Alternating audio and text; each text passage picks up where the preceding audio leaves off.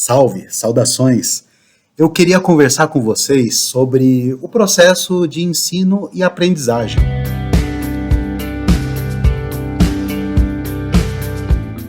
A missão do professor é letrar o aluno em relação àquele tópico que ele está aprendendo. O que seria isso? Seria, tal qual Paulo Freire disse, ensinar os alunos a lerem o mundo. Então seria essa questão de alfabetização daquela pessoa em relação aos protocolos, às linguagens, aos processos envolvidos com aquele assunto que está sendo tratado. O professor ele precisa mediar o aluno naquela aprendizagem, ele precisa acompanhar esse processo e ir desenvolvendo o aluno dentro desse processo até o aluno ir ganhando essa proficiência naquele assunto que ele está se desenvolvendo. A educação, o ensino, a aprendizagem, ele envolve 3 esferas. A esfera epistêmica, a esfera conceitual e a esfera social. O professor, ele tem que colocar o aluno na desenvoltura em relação a essas 3 esferas. Ele vai ensinar coisas do jeito tradicional que a gente conhece, mas ele tem que estar muito atento com o que é que o aluno está se apropriando. Quais são os tópicos daquele assunto que o aluno ainda está deficiente? Então, não existe um aluno que vai pegar 100% do que foi ensinado. Isso daí, o professor tem que ficar muito atento e saber até onde vai esse diálogo com o aluno para conseguir direcionando o aluno e orientando o aluno a quais caminhos seguir, e assim ele vai alcançando, vai sendo bem sucedido nesse processo de ensino e aprendizagem. A relevância dos conteúdos tem muito a ver com a vivência do aluno. Não é um negócio pré-estipulado, por exemplo. Cada aluno vem de uma vivência, ele já tem uma bagagem. O professor ele tem que entender qual que é essa bagagem, tem que entender quais são as intenções desse aluno, para daí, conciliando isso, ele trazer os conteúdos mais relevantes para aquele aluno, para aquela classe e assim por diante. Então, é um negócio, a educação, o processo de ensino e aprendizagem, ele deve ser centrado no aluno. E para conseguir essa proficiência, para conseguir essa desenvoltura, é muito interessante que o professor esteja focado no que move aquele aluno. E o que denuncia que o aluno está empenhado, o que denuncia que o aluno está conseguindo, está se desenvolvendo naquele assunto. O engajamento. Através do engajamento do aluno, você consegue interpretar, você consegue ter indicadores, você consegue entender o que está acontecendo com ele, quais são os assuntos que ele tem maior desenvoltura, quais são os assuntos que ele ainda tem uma certa restrição, e ir trabalhando isso para daí ir desenvolvendo. Os métodos ativos de aprendizagem entram muito nessa questão de colocar um problema para o aluno, e o aluno tem que se desenvolver em relação àquele problema. O aluno tem que buscar bibliografia. Muitas vezes, o professor manda a bibliografia para o aluno, como é o caso da sala de aula invertida. O professor manda a bibliografia para o aluno se apropria daquilo e chega na aula preparado. Ele não sabe qual que é o problema que vai ver. Ele encara de frente e vai se desenvolvendo nisso. O professor é um mediador nesse processo. O professor ele está acompanhando o que o aluno faz, ele não dá respostas ortodoxas para o aluno, pelo contrário, ele faz o aluno pensar. Se o aluno quer uma resposta específica sobre algum tópico, o professor faz cara de Mona Lisa. Isso daí já é aprendizagem baseada em problemas, por exemplo.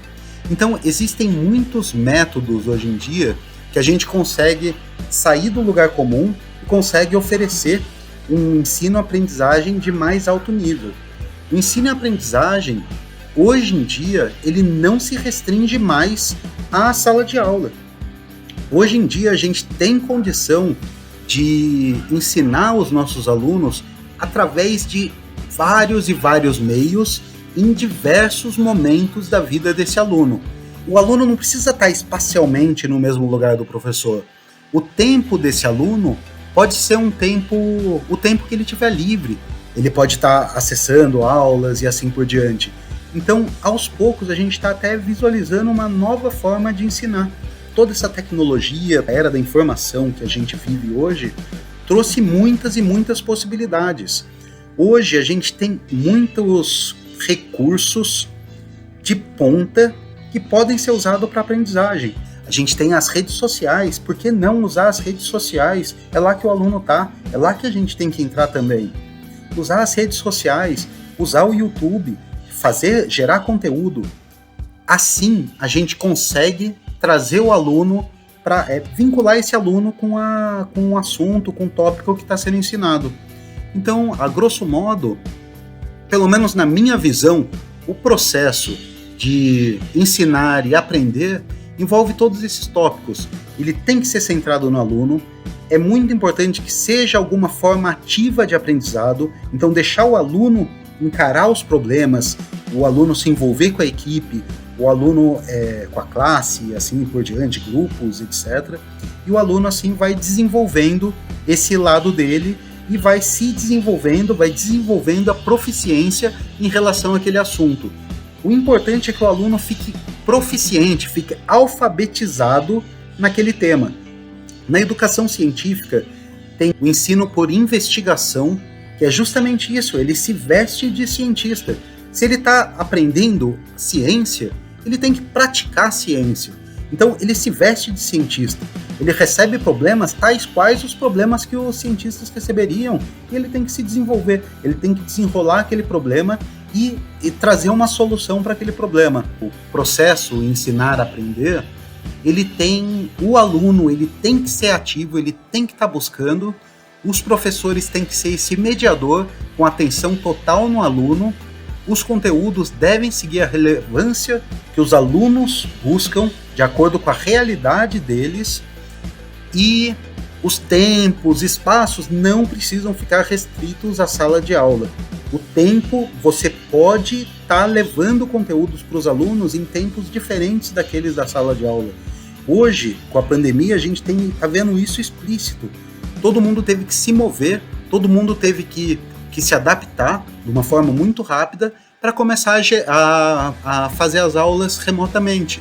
Isso foi um avanço. Se você for pensar o lado bom, lógico, a gente não quer que ninguém morra, a gente não quer que ninguém sofra, mas isso está propiciando um avanço no processo de ensino-aprendizagem que a gente não viu. As ferramentas já estavam aí, mas era difícil trazer os professores para esse universo.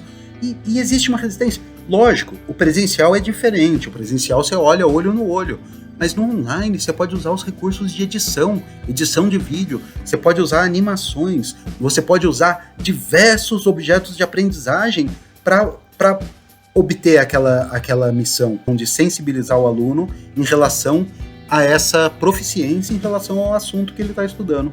E de forma geral era isso que eu queria conversar. Agradeço demais a atenção de todos, um abração, até!